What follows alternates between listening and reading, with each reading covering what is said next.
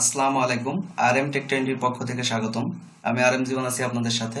আজকে আমি দেখাবো কিভাবে আপনারা উইন্ডোজ 10 অ্যাক্টিভ করবেন কমান্ড ব্যবহার করে।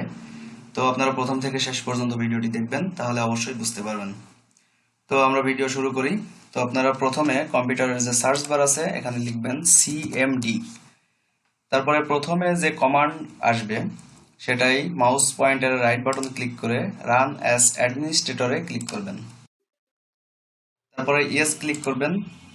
দেন এখানে একটি বক্স আসবে, এখানে কিছু টেক্সট আমাদের দিতে হবে। তো এই টেক্সটগুলো আপনারা কোথায় পাবেন? টেক্সটগুলো আমি ভিডিও ডেসক্রিপশন বক্সে দিয়ে দিয়েছি, আপনারা ওখান থেকে টেক্সটগুলো নেবেন। তো এই টেক্সটের প্রথম যে 1 নম্বর যে টেক্সটটা আছে, এখানে একটি কথা বলে নিই যে আপনারা উইন্ডোজ 10 যেটা দিবেন, অর্থাৎ আমি দিয়েছি উইন্ডোজ 10 প্রো, তো আপনারা যেটাই দেন না কেন সেটার একটি প্রোডাক্ট কি থাকে। তো আপনারা প্রোডাক্ট কিটা এই শুধুমাত্র প্রোডাক্ট কির জায়গায় যেটা দিবেন সেই প্রোডাক্ট কিটা এখানে দিবেন, তাহলেই হয়ে যাবে।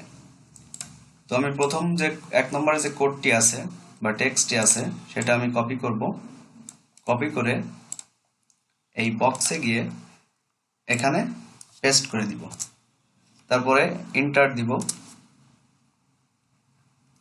তারপরে আমি টেক্সটের থেকে 2 নম্বর যে টেক্সট আছে সেটা কপি করব, দেন এটাও পেস্ট করব, এন্টার দিব। দেখেন এখানে একটি লেখা দিছে কি management service machine name set to successfully. তো এখানে সাকসেসফুলি লেখা দিছে, এটা ওকে দিবেন। তারপরে আর একটি টেক্সট আছে 3 নম্বরটা, এটাও আপনারা কপি করবেন, দেন এখানে পেস্ট করবেন। এবার এন্টার দিবেন। কিছুক্ষণ অপেক্ষা করুন।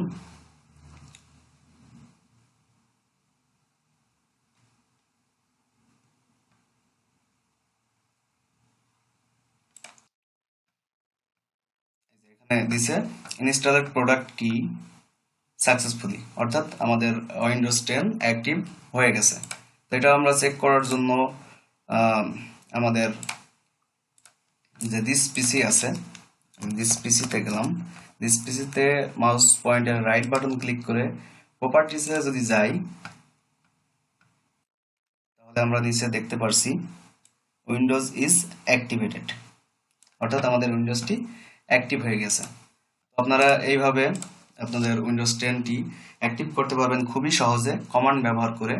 এটার জন্য আপনাদের কোনো ধরনের সফটওয়্যারের প্রয়োজন হবে না এবং কোনো ধরনের সফটওয়্যার ডাউনলোড করারও প্রয়োজন হবে না। তো আশা করি ভিডিওটি আপনাদের ভালো লেগেছে।